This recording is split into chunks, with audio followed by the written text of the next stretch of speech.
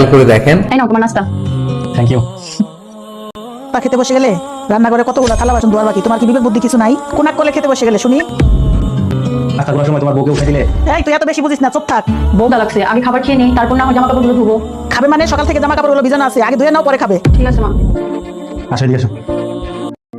শোনো মা, সকাল থেকে দেখতেছি ওকে তুমি একবার খাওয়ার কথা বলতেছো না, খাইতেও দিতেছো না, কিন্তু বারবার শুধু কাজের কথা বলতেছো। ও মানুষ, ওর খেতে মন চায়, রোবট না। ঠিক আছে, আমি বিয়ে করে বাসায় বউ নিয়ে আসি, আমি কোনো কাজের মানুষ আনি নাই। আর শোনো, তোমার যখন খেতে মন চাবে তুমি আগে খাবে, তারপর তুমি কাজ করবে, ঠিক আছে? আর হ্যাঁ মা, সংসারে কাজ করা যেমন ওর দায়িত্ব, তেমনি ওর প্রতি যত্ন নেওয়া আমাদের দায়িত্ব, বিশেষ করে আমার দায়িত্ব। ওকে বাড়িতে বউ হিসেবে এনে তোমরা ওকে ওর প্রাপ্য সম্মানটা দিচ্ছ না, ওকে ঠিক মতো খেতে দিচ্ছ না, তাহলে বউ হিসেবে ওকে আনার কি দরকার ছিল? যেহেতু ওর সাথে বুয়ার মতো তোমরা ব্যবহার করতেছো, তাহলে বাসায় একটা কাজের বউ আনলে পাতে। আর হ্যাঁ, আমি তোমাদের সবার উদ্দেশ্যে বলছি, বউ হিসেবে ওকে ওর প্রাপ্য সম্মান যদি না দিতে পারো, তাহলে তোমরা তোমাদের নিজের কাজ। তোমাকে বলছি, কেউ যদি তোমাকে সম্মান না করে, তাহলে তোমার কাউকে সম্মান করার প্রয়োজন নাই, ঠিক আছে? কারণ আমি তোমার স্বামী, তোমার সম্মান ধরে রাখার দায়িত্ব আমার। আর হ্যাঁ, এখন চলো নাস্তা করবে আগে। যে পুরুষ স্ত্রীকে নির্যাতিত হতে দেখেও চুপ থাকে সে পুরুষ নয়, সে কাপুরুষ। স্ত্রীকে সাপোর্ট দিয়ে আগলে রাখার সাহস যে পুরুষের নাই তার বিয়ে না করাই উচিত। হে আল্লাহ, তোমার এই পবিত্র নামটি যে শেয়ার করবে তার জীবনের সব গুনাহ মাফ করে দিও।